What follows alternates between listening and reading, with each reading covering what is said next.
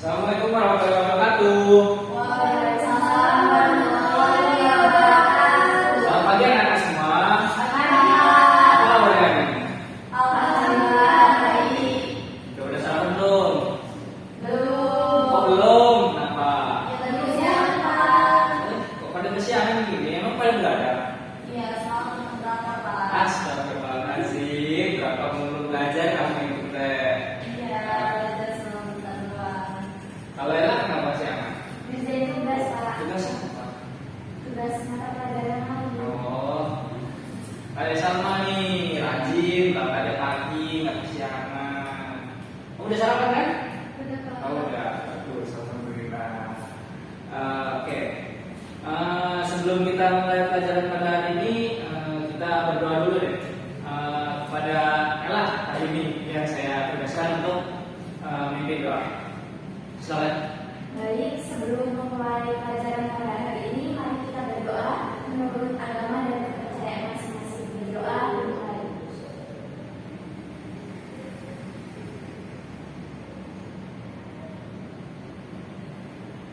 Berdoa selesai.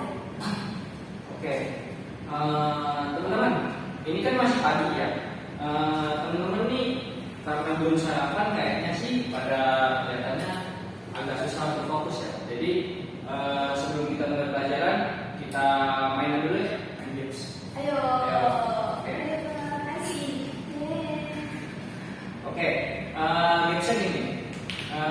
Kalau Bapak bilang pagi, kalian tepuk satu kali. Kalau Bapak bilang siang, kalian tepuk dua kali. Kalau Bapak bilang sore, kalian tepuk tiga kali. Tapi kalau Bapak bilang malam, kalian tepuk setengah. Oke. Siapa? Mulai ya, fokus. Siapa? Pagi, siang, sore, malam. Oke. Kita lebih cepat lagi sekarang. Pagi, siang, malam. Bagus. Oke, lagi ya.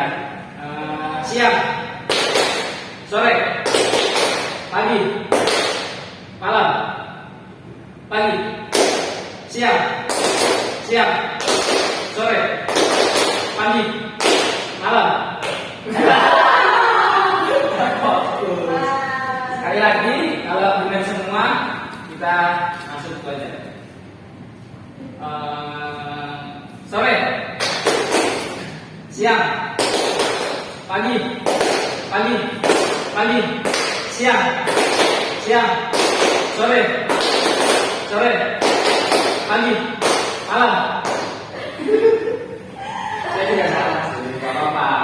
Oke, Saya nggak salah loh, Pak. ya udah.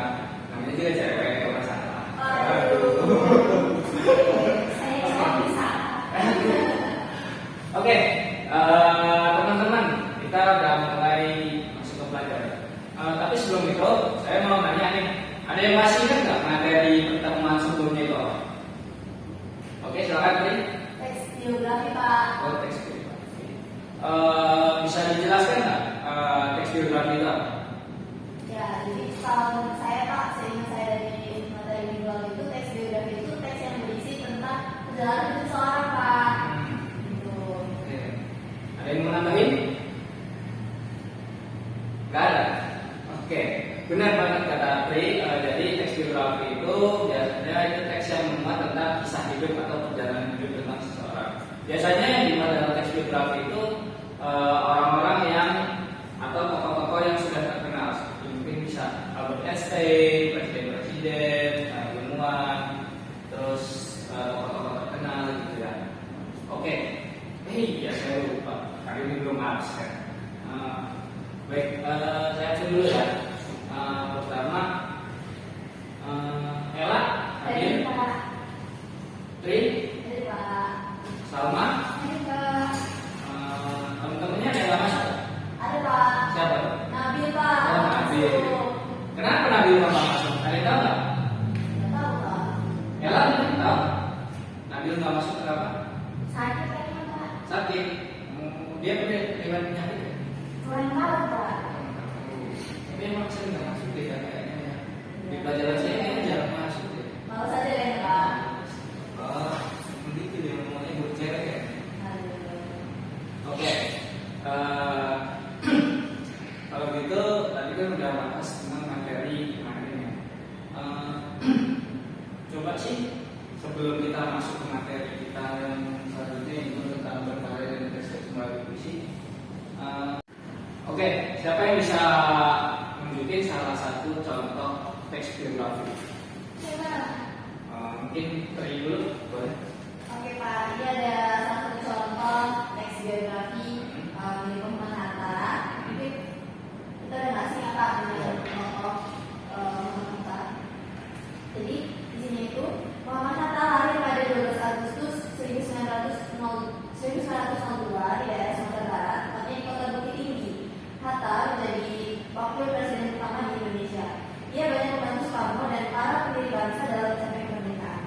Ia adalah sebagai sosok yang gemar membaca. Dia juga dikenal sebagai Bapak Operasi Indonesia. Hatta sebagai Bapak Operasi Indonesia pernah menggalakkan konsep ekonomi yang bertopang pada semangat gotong royong masyarakat.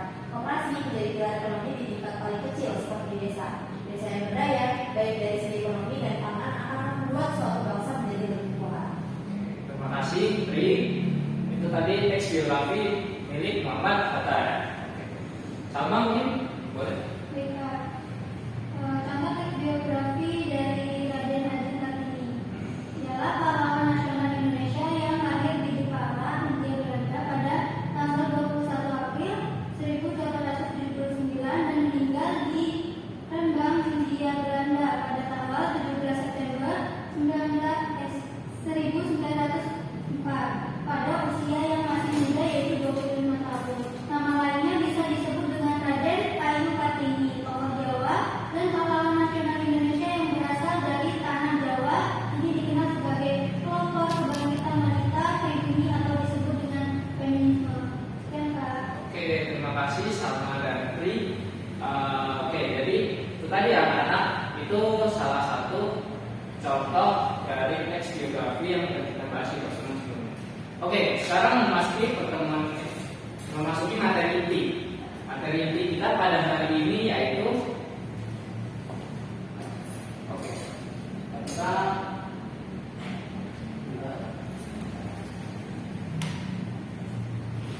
berkarya dan berekspresi melalui puisi. Teman-teman, ada yang tahu nggak puisi itu apa? Atau ada yang bisa menjelaskan sedikit puisi itu apa? Ayo, ada yang tahu nggak? Saya Pak. Oke, Ella, silakan.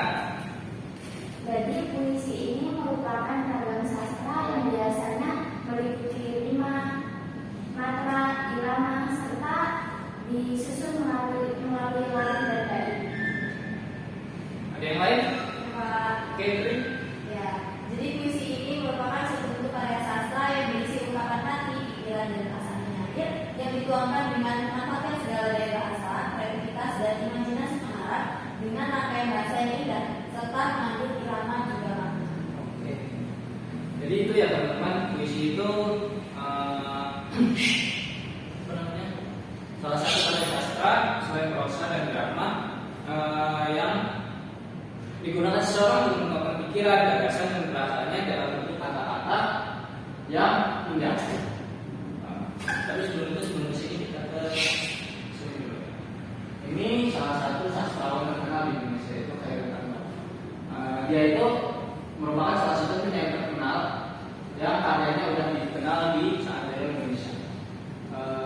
Kalian pada materi kali ini itu bakalan mempelajari lebih dalam tentang puisi melalui kegiatan menelaah pilihan kata atau diksi, menilai aktivitas unsur-unsur puisi, menulis tanggapan terhadap antologi puisi dan membacakan puisi dengan intonasi dan metode yang sesuai. Dengan berbagai kegiatan pembelajaran tersebut, kalian diharapkan dapat menghasilkan suatu karya dan mengungkapkan ekspresi melalui media puisi. Selanjutnya materi puisi tadi udah ada. Kata-kata dalam puisi itu cenderung bersifat hiasan. Puisi biasanya disampaikan dengan teknik figuratif untuk menciptakan suasana-suasana yang mampu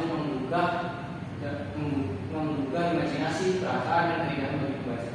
Dalam puisi, kata-kata ditulis sedemikian rupa secara selektif. Pemilihan kata tersebut bertujuan dapat memunculkan efek tertentu dan menampung makna yang menggambarkan pikiran, gagasan, dan perasaan penyair. Pemilihan kata-kata puisi juga harus mempertimbangkan lima, tarik, dan tipografi bentuk puisi. Oleh karena itulah, unsur bahasa dalam puisi dapat lebih padat jika dibandingkan dengan karya sastra. Jadi dalam puisi itu kata-kata yang digunakan itu biasanya kata-kata yang memiliki makna imajinatif ya. Jadi pembacanya itu perasaannya atau emosinya itu tergugah ketika membaca suatu puisi yang biasanya kita baca. Oke, selanjutnya mengenai isi dalam teks puisi yang dibacakan.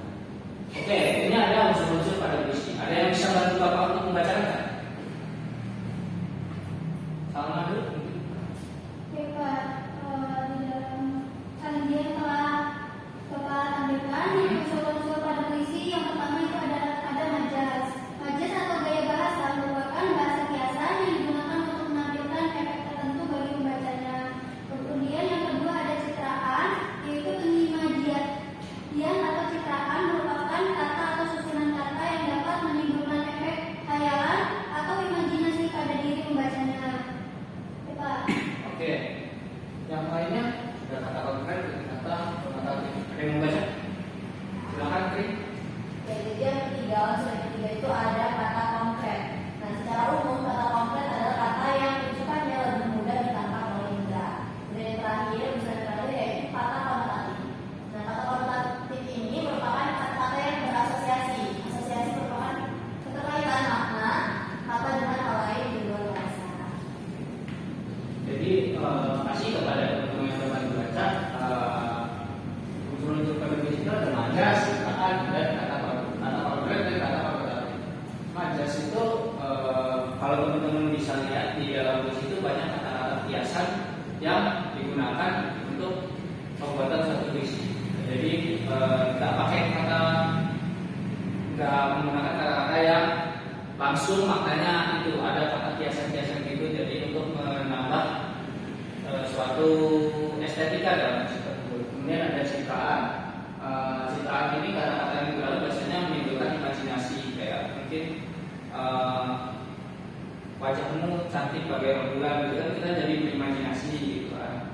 Kemudian ada kata konkret. Tapi selain kata-kata kiasan atau majas atau citraan itu ada kata konkret juga yang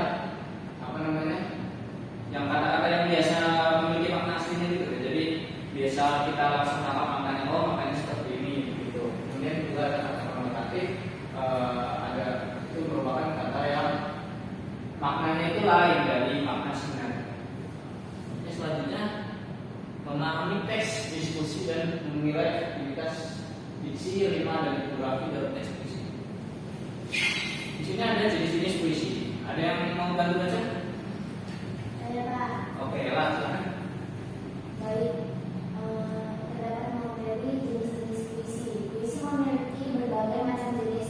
Berdasarkan kurun waktunya dikenal puisi lama seperti Mataram, Karmina, Gurindam, Pantun, puisi, syair, taligun, dan lain-lain.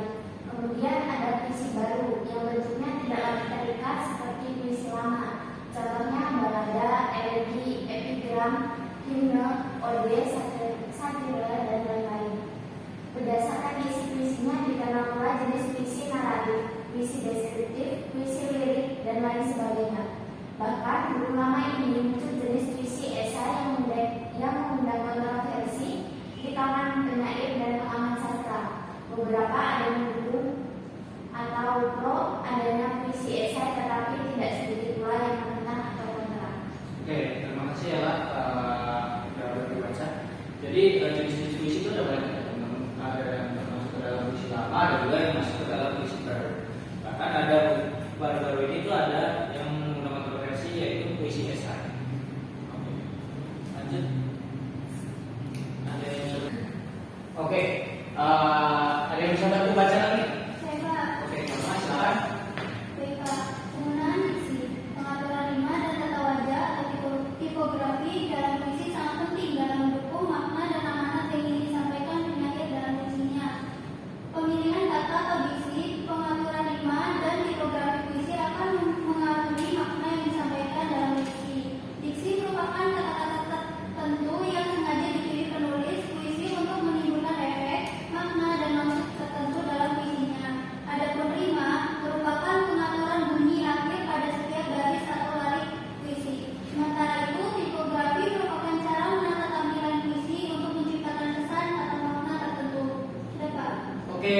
kasih banyak sama buat membaca. Jadi teman-teman, tipografi atau pemilihan diksi itu penting ya dalam suatu puisi karena itu merupakan wajah dari puisi tersebut. Lalu pengaturan terima dan pemilihan kata dan tipografi itu bisa mempengaruhi makna yang akan disampaikan kepada pembaca. Jadi kalian kalau ingin membuat puisi itu harus benar-benar memperhatikan tipografi atau pemilihan diksinya ya. Oke, lanjut. Selanjutnya mengidentifikasi tema dan suasana dalam teks puisi.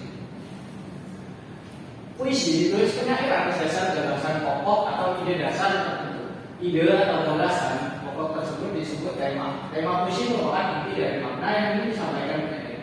Untuk memahaminya, kalian harus melakukan pembacaan yang mendalam karena tema pada umumnya bersifat implisit atau tersirat. Sekalipun demikian, tema puisi dapat ditelusuri dengan mengenali kata-kata tertentu di dalamnya. Berdasarkan tema tertentu, penyair menyusun kata sehingga membentuk puisi yang utuh. Dengan demikian, susunan kata akan sangat bergantung pada tema yang dipilih penyair. Beberapa tema yang sering dipilih dalam berbagai puisi, diantaranya ketuhanan, patriotisme, kemanusiaan, kritik sosial, keindahan alam, penciptaan, persahabatan, dan pendidikan. Tema yang dipilih penyair juga dapat mempengaruhi suasana puisi. Suasana adalah hal yang dirasakan dalam jiwa pembaca setelah membaca puisi. Suasana tersebut misalnya gembira, bahagia, sedih, haru, bimbang, sepi, pasrah, dan sebagainya. Suasana juga berkaitan dengan efek yang ditimbulkan puisi terhadap keadaan batin atau perasaan pembaca. Jadi, tema dalam puisi itu beragam ya teman-teman. Tapi biasanya tema dalam puisi itu sifatnya tersirat atau implisit. Sehingga kalau ingin tahu apa sih tema dari puisi yang kita baca itu tuh biasanya kita harus membaca secara lebih dalam atau bisa juga dengan mendalami beberapa kata yang ada dalam puisi tersebut. Oke, lanjut. Oh, susah. Jadi teman-teman, dari materi yang saya paparkan tadi ada pertanyaan yang ditanyakan? Oke, tadi silakan. Ya, tadi kan ada unsur untuk puisi ya Pak. Nah, tadi itu kalau tidak salah ada citraan dan kata konkret. Nah, saya bagi lupa sama dua istilah itu karena sama-sama berkaitan sama imajinasi dan indra gitu.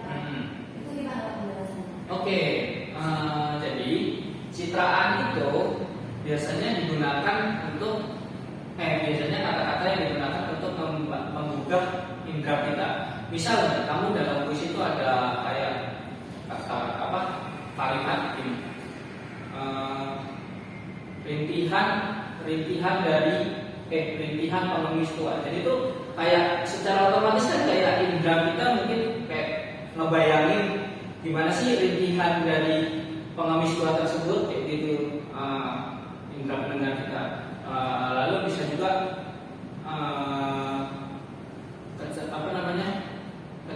tabrakan yang baru saja terjadi, misalnya ada kayak gitu. Nah, nanti itu otomatis tuh kayak seolah-olah tuh mata kita tuh berimajinasi melihat tabrakan yang sedang terjadi. Kalau kata konkret itu tuh menggambarkan suasana sebenarnya. Jadi misal dalam suatu puisi itu ada kata-kata seperti tiang atau dermaga atau apa. Jadi itu otomatis kan imajinasi kita tuh secara otomatis akan berpikir ke berarti lokasi puisi ini tuh ada di dermaga atau ada di dekat sebuah tiang gitu. Penjelasan saya seperti itu. Jadi contohnya misalnya Pak ya, kalau untuk ceritaan itu misalnya kalau dalam puisi kan bahasanya bias ya Pak. Nah misalnya itu ada diksi seperti ini, matahari merusuk mataku. Itu maksudnya pencitraan ya Pak? Ya. Apa indra penglihatan? Betul. Oke Pak, citraan. Oke, ada lagi teman-teman? Cukup. Oke, cukup. Terima kasih teman-teman yang sudah menyimak materi dari saya. Jadi itu tadi penjelasan mengenai berkarya dan berekspresi melalui puisi. Kemudian sebelum menutup pelajaran ini, ada yang masih mungkin di pertama tadi sebelum kita mulai kayaknya masih. Oke, kita mulai dulu ya. Ingat kan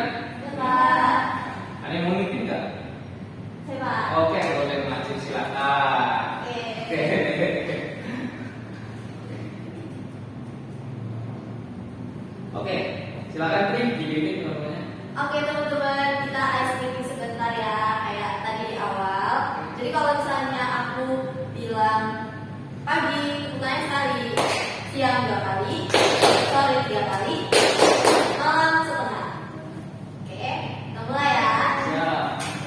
Pagi, pagi, siang, pagi, malam. Waduh, ya fokus. Bapaknya ternyata. Makanya fokus. Oke, pokoknya harus duduk semua dulu ya Pak ya. Iya, benar. Baru kalian pulang. Ya. Oke, kita mulai lagi ya. Pagi, pagi, sore, sore, pagi, pagi, siang, sore, malam. Udah semua. Oke. Silakan duduk, Tri. Makasih dan Tri. Oke, teman-teman, sebelum pulang, saya mau nanya, ada yang bisa menyimpulkan nggak materi dari yang sudah saya sampaikan tadi? Apa aja sih yang dibahas kali ini gitu loh? Siapa? Ada yang bisa? Ella mungkin coba simpulkan. Hari ini kita bahas apa aja? Baik Pak, jadi pada hari ini kita mendapat pelajaran mengenai nutrisi seperti dari pengertiannya, kemudian ciri-cirinya, jenis-jenisnya, kemudian kita juga mendapat keseruan hari ini setelah ice breaking, dibimbing oleh Bapak, dibimbing oleh Rifus. Oke. Terima kasih ya Pak. Oke, itu tadi sedikit simpulan tentang materi hari ini. Teman-teman, harapannya minggu depan ketika kita bertemu lagi lebih siap belajarnya, kemudian lebih memperhatikan lagi. Lalu sebelum itu saya ada tugas buat kalian. Kita kan udah belajar. Kok ya sih? Harusnya senang dong. Enggak, sedikit doang kok. Karena kita materi kita hari ini berkaitan dengan puisi. Jadi teman-teman, tugasnya itu adalah teman-teman kan tadi sudah dijelasin unsur-unsurnya seperti apa, temanya seperti apa, kebanyakan. Jadi tugasnya itu teman-teman membuat satu puisi yang nantinya minggu depan ketika pertemuan selanjutnya Bapak minta kalian maju satu-satu untuk baca puisi yang sudah kalian buat. Oke? Setuju? Setuju Pak. Oke. Untuk temanya Pak gimana Pak? Temanya bebas karena tadi kan temanya ada banyak. Baik Pak. Oke, itu aja pemaparan materi dari saya. Sebelum kita pulang, mari kita berdoa yang dipimpin kali ini kembali lagi oleh Pak. Silakan. Baik, untuk pelajaran pada hari ini, mari kita berdoa agar kita mendapat ridho dari Allah. Amin. Berdoa dimulai.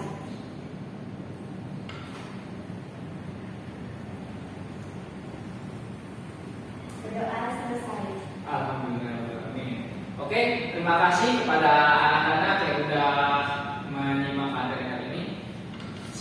Sebelum itu, saya ingin mengucapkan terima kasih sekali lagi.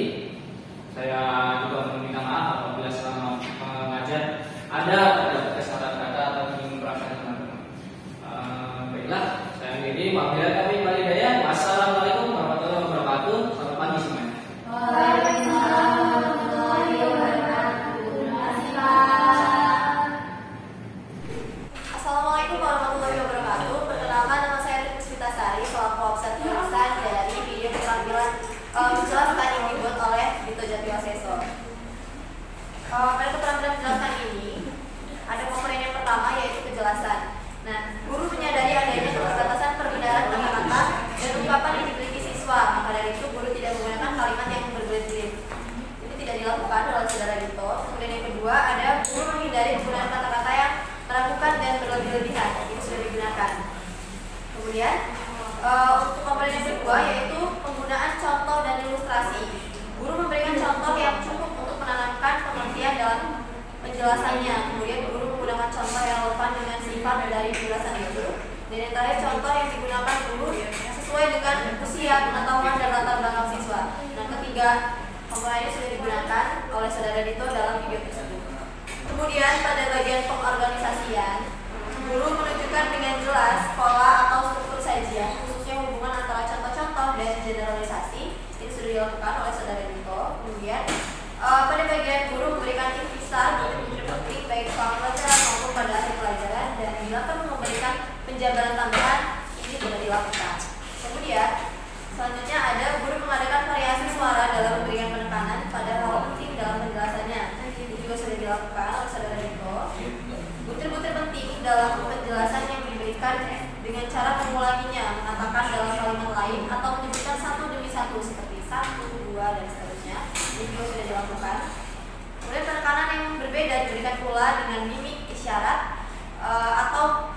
ataupun dengan gerakan selama pelajaran berlangsung juga sudah dilakukan.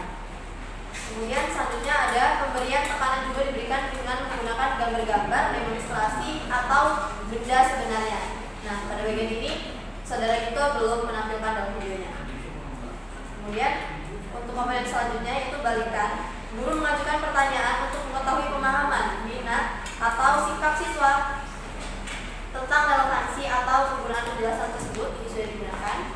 Dan yang terakhir, guru menggunakan balikan itu untuk menyesuaikan ketepatan atau mengubah maksud penjelasan itu. Nah, ini juga sudah digunakan dalam video yang dibuat oleh